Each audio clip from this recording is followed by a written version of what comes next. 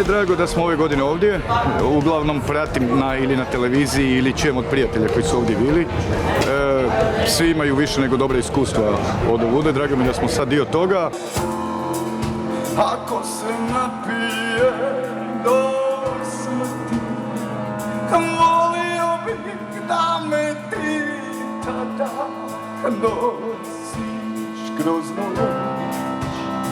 Drago mi je da sviramo nekakav, recimo Unplugged koncert. On će se vjerojatno postepeno pretvoriti u nešto drugo, ali to je i nama nekakav izazov da možemo malo prčkat i eksperimentirati. Tako da sve skupa ne može biti bolje.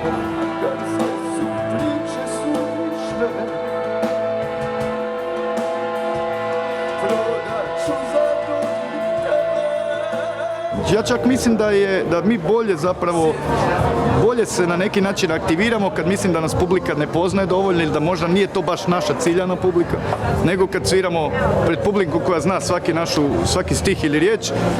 Ovdje se na neki način moramo u glavi vratiti na početak i računat da se moramo pokazati onako iz početka, recimo.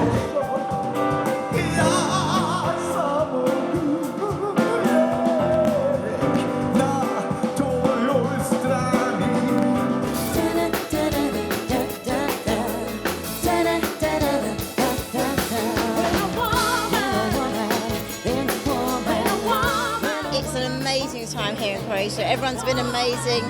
I enjoyed myself a lot tonight. And you know I'm right.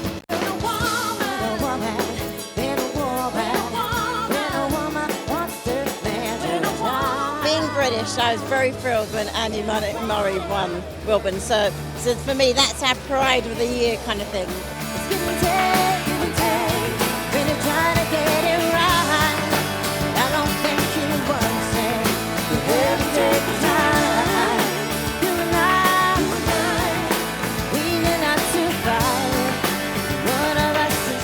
I've got an album coming out. It's to celebrate 20 years of my career first launching. My first song, Dreams, 20 years old this year.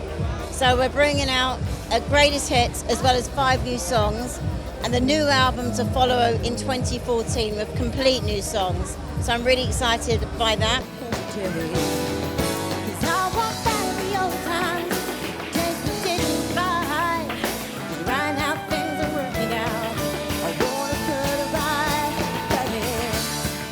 And I'm looking forward to coming back to Croatia because you guys are all amazing here.